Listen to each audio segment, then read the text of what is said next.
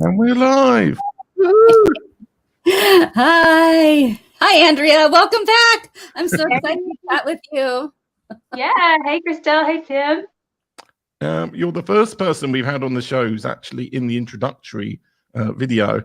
I saw that. I am so honored. I was like, oh, Well, it's such a good clip of you jumping on, like doing that TikTok thing. Probably should have asked you before I included it in our titles, but I'm sure you'll be all right with it. We're good. Yeah, we're always golden. So for people who haven't been watching the show too often or missed the episode before, Andrea is a returning guest. However, previously we were only talking about TikTok because Andrea had really blown up on TikTok at the time. And we wanted to bring her back to actually talk about all the other stuff she does.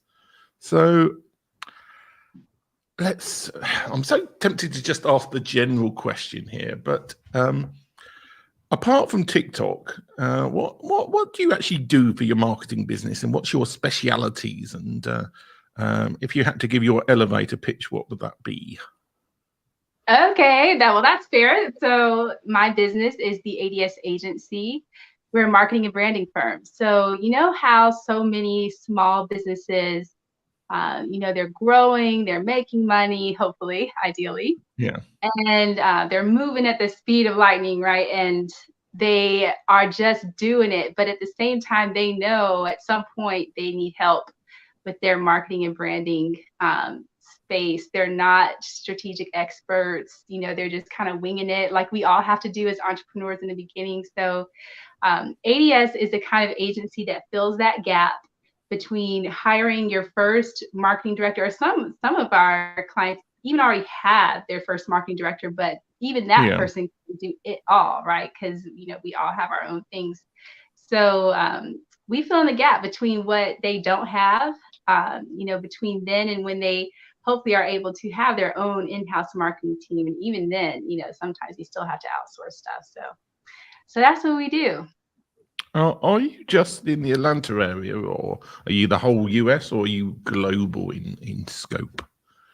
Okay, in a perfect world, we're global. So we have that global work. Yeah.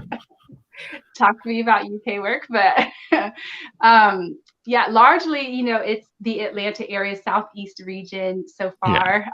For the most part, we have clients in Florida, we've done Texas. I guess that's not so Southeast, it's more South. But, and a couple of the Northeast region, but largely most of our clients are right here in the Southeast in the Atlanta area. Yeah.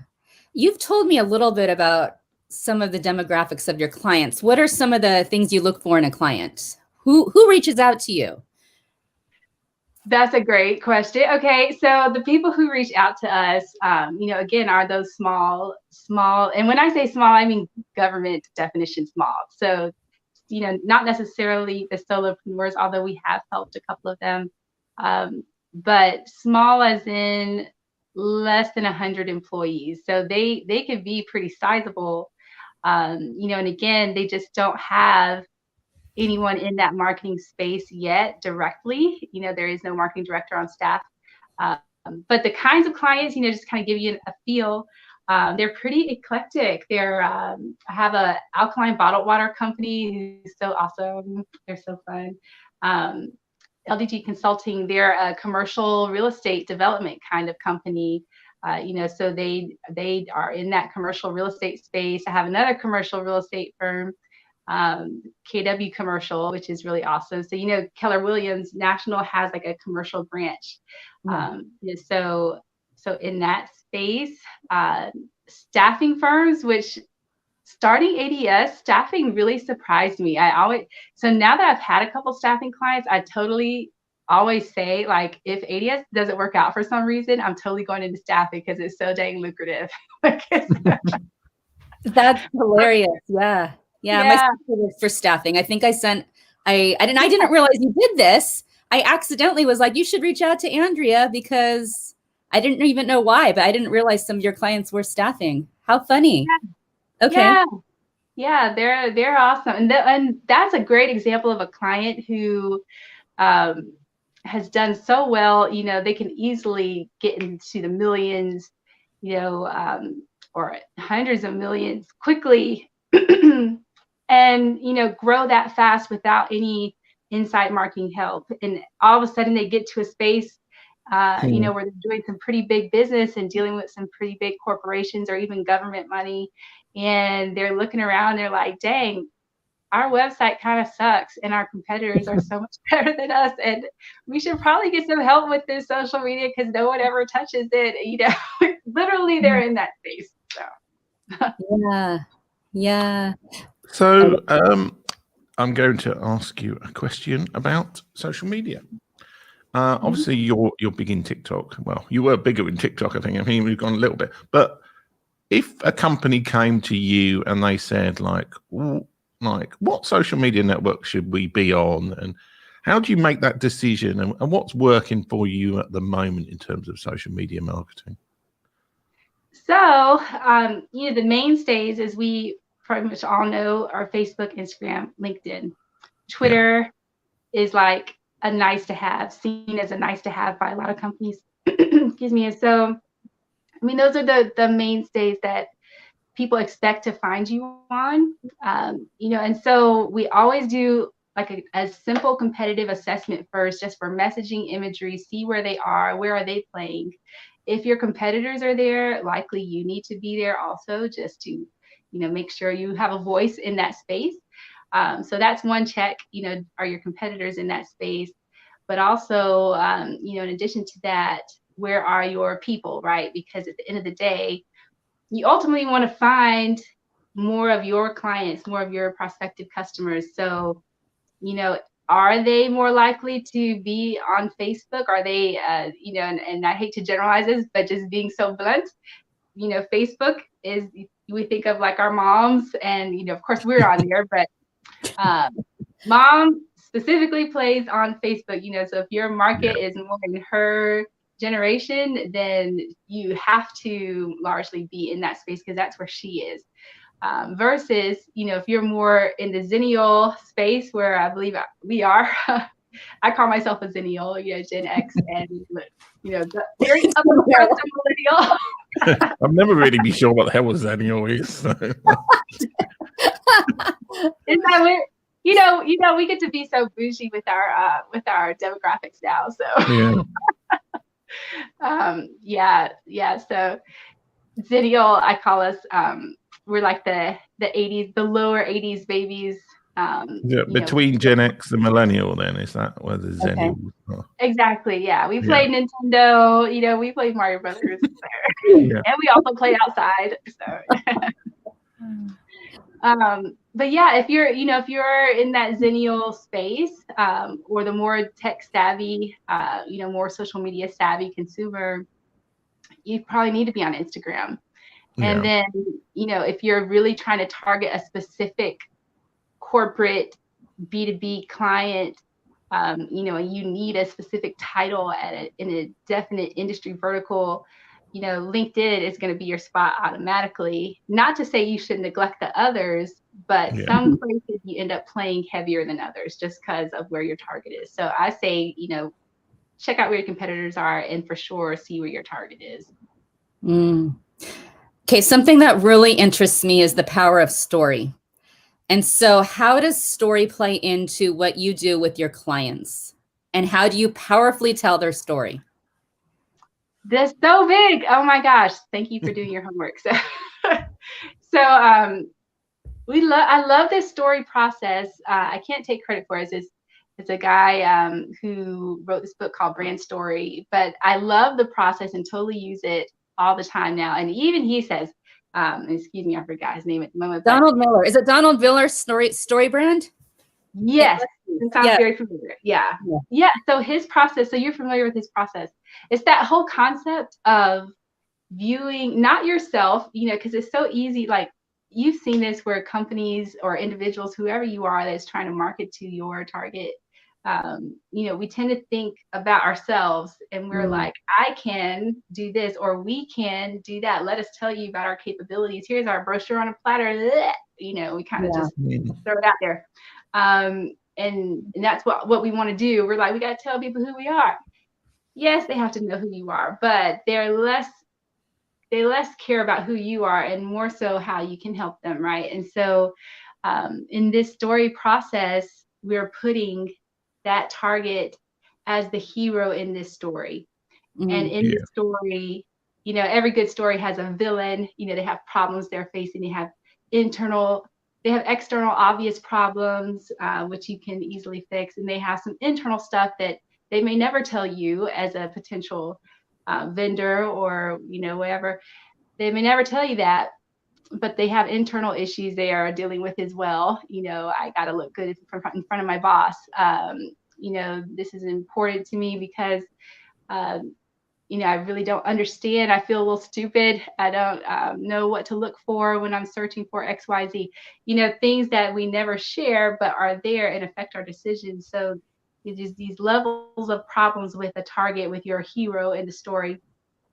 And then in this process, you know, in addition to there being like villains in the story, you have your hero, you have your villain, and then you have your I'm trying to think of the thing. Your problem. What? The mentor role in the story. Thank you, the Yoda. Yeah. The Yoda. Which is you, which is the mentor to your story there. I love that. So you're Yoda, you know, and you're the expert guide through all of this, and you're guiding your hero through the story. You know, so all of this is more, you start to see how all of this is a lot more about that target and where they are in their journey. And they want to know, how can you transform me from this state that I'm in now to this higher state here? You know, what does that process look like? How do you take me there? That's the story we have to tell as businesses and individuals. And it's a far more engaging thing than, let me just tell you about myself. You know, it's a lot more interesting to talk about that hero, where they are, you know. Yeah. It's such an interesting concept. And I'd love an example of a company that does it well, that brings about that redemption story, that hero story, that how do we make the client or their customers the hero? I'm always looking for a company that does it really well. Do you have any examples, Andrea? Yeah, well, actually, you know, I'm going to cite a client of mine just because it's the first person who comes to mind. Her name is Alicia Butler Pierre. Yes, you did hear a Star Wars reference. Yay, yay. Hi, James.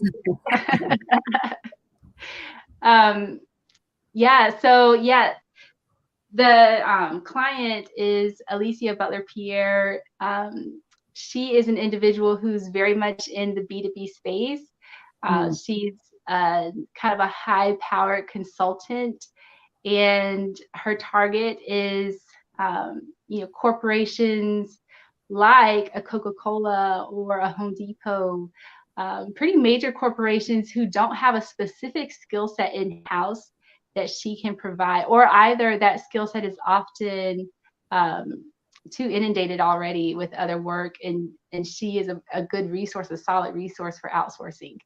You know, so in her case, we crafted her whole entire website around this potential target who, you know, for her is going to be somebody who's over like a project management team. They're close to the C-suite, but more like maybe mid-level management.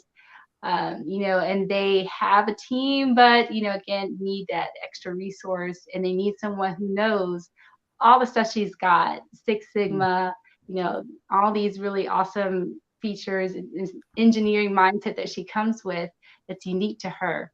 You know, so on her site, we totally use this process, and, you know, we're speaking to her guy, because it's typically going to be, in her industry, it's going to be a male, 45 to 55, who is often hiring her. You know, and they're also in the engineering mindset, project management type, you know, a lot like her.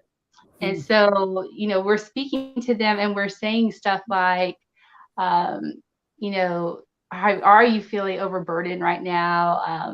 You know, within your department, do you need that extra help? We understand where you are, where you don't have time to play around. You know, you've got a budget, you have a boss who's down, breathing down your neck, expecting these results, and you are behind. And, you know, you're often when they come to her, they are in a really tight pickle. You know, basically they've gotten themselves in a bit of a jam, and she is that hero to come. She is the hero in your world to come save the day. You know, but because we're making that person a hero in the story, we're saying to her, we're saying to that target, we're here to make you look like the hero as you should be, you know, in your corporate world. You know, so we're a trusted resource, and we're giving all the, you know, accolades and things they can check out and see to understand the competency and that kind of thing, which is the small bit. But the bigger bit is speaking to those problems, you know, those internal problems of, I don't want to look bad in front of my boss. I want to look smart, you know, like I made a good decision. I need someone who can definitely help us turn this around yesterday, you know, and so immediately giving all those context clues that help someone feel comfortable. They're looking at her video so they can see her talking, they can hear her competence.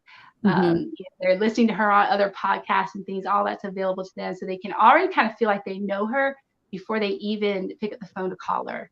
And by the time they do that, they're already in that space where they're like, this is our girl. I'm pretty certain, I'm like 90% certain this is our girl.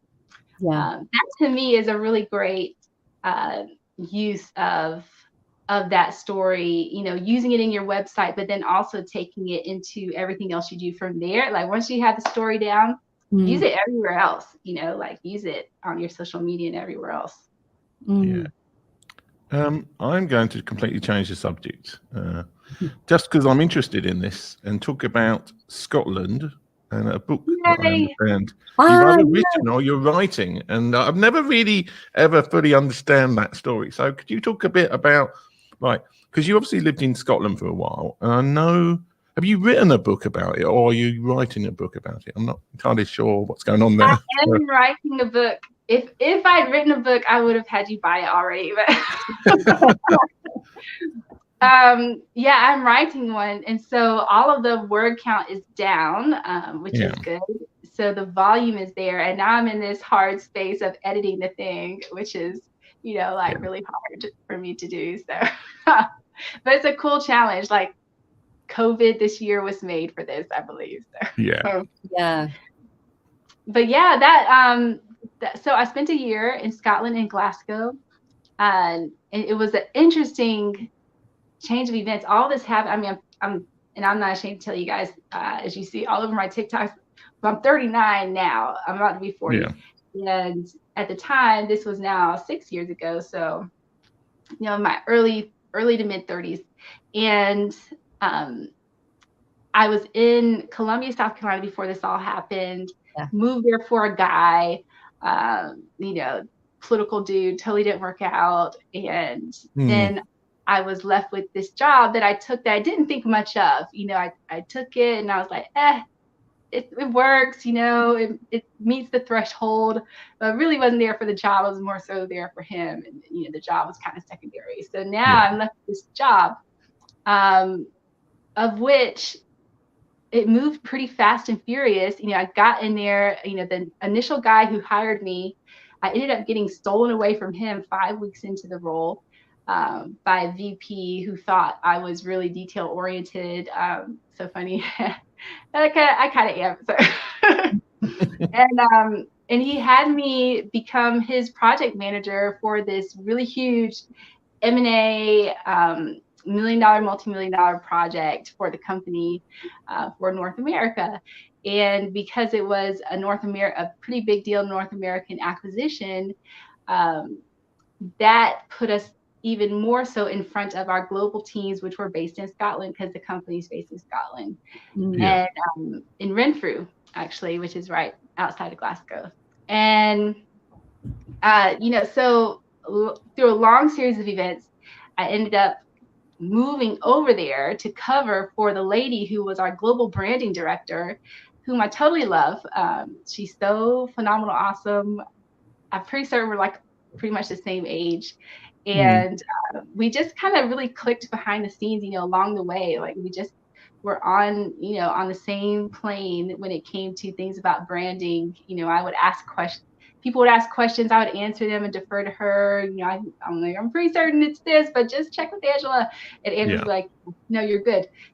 So through that process, we began to trust each other. And she ended up pulling me over to cover for her over in Scotland. So I ended up spending a year living there, working there as a pedestrian, Tim and Christelle, because in my package, that's the one thing I did not get was a car. And I was like, how do I not have a car? In the South. I haven't got a car. So it's like...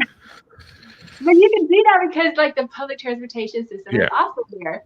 Versus, in the South, you could never survive. Our cities are not connected like that. To be able to do rail or anything really in any kind of efficient fashion. And so, so that was a whole entire different experience. It changed my whole life. First of all, I lost like 20 something pounds, which is ridiculous. I was so shocked by that. Like I didn't even know it was happening. That was so amazing. And like what lady doesn't want to lose 20 pounds? And anyway, so there's just so many things like that happened, and really cool friends, people that you meet who just take you in for almost no reason, just because they're just good people. There for you, to feed you, tour you around, just the best host ever. And because it was such a short tenure, like it was 12 months, I really said to myself, okay, I just got out of this relationship in Columbia, South Carolina. I'm totally not going to do this whole like love thing here. I'm going to totally focus on the career. This is only about the career. I'm only here for 12 months. It makes no sense to, be interested in anyone while I'm over here. And ironically, like all that stuff still happened anyway. So, it goes through all this interesting people who find you interesting, and I was like, Scottish guys aren't going to find me interesting. Like they're like, I'm totally not your type. Like I'm totally not. Yeah, but I think you probably are. What? So funny, like you get over there and people think your accent, which I never think, you never think of yourself per se having an accent, but they're like, your accent's so cool. Like the girls think your accents are so cool, and like they just find you so intriguing just because you're American. And the whole thing, just the 360 view of it all, because at the time Barack was president and so many Americans hated him. And to go over to the UK and find that so many people viewed him as a hero, they admired him, was so refreshing. And I was like, what? I'm moving. I'm going to live here forever. Like, this is marvelous over here. It was such a different place. And it was just awesome to see the world from a different country's perspective. It was really awesome. So I learned so much, and I don't think ADS would exist if I didn't have that experience. Yeah, that's fascinating. We have to get going pretty soon here, but I want to know, actually, just so you know, you're selling me on Scotland and the UK. You're selling. We have to go. We have to go. Yeah, we're going. What you said, we're doing like a whole entire thing. One of those Hallmark movies. Yeah, James, I know, right? Do you know James? Because James is from the UK. No, but we're probably going to become friends after this. Be friends. Yes. He's a previous guest on the show. Yeah, he's early on, actually. Yeah. Yes, amazing story. But we need to let you go. Where can we find you? Where can our friends find you? So I'm at the ADS Agency, THE ADS Agency. I think it's right there. And that's on Facebook, Twitter, Instagram, LinkedIn. Actually, on Twitter, I had to start over. So add a 08 on the end. Long story on Twitter. Okay. Oh, no. So follow me there. Oh, my gosh. We're starting over there. Okay. But the ADS Agency, especially on YouTube. So definitely go there, subscribe. We totally love that. And Yeah. And otherwise, my personal is Miss ADS08. So MISS. I love it. I love it. Thank you for being here. I always love talking to you. I always have a million stories for you. I wanted to ask you about Michelle and Barack, but maybe next year. Next show. You two. Okay, so I'm saying this now. Tim, you're coming on. I have to chat with you, and Christelle, you're coming on too, and I have to chat with you too. So we can talk some more. Yeah, I'm excited. We'll just span it across different shows. So. We will talk to you next time. Andrea, thank you for being here. James, thanks for popping in and saying hi. You two are now going to be best friends. I'm excited. Bye, everyone, for watching. Thank you for coming on. Bye, Tim. Bye, Andrea. Bye.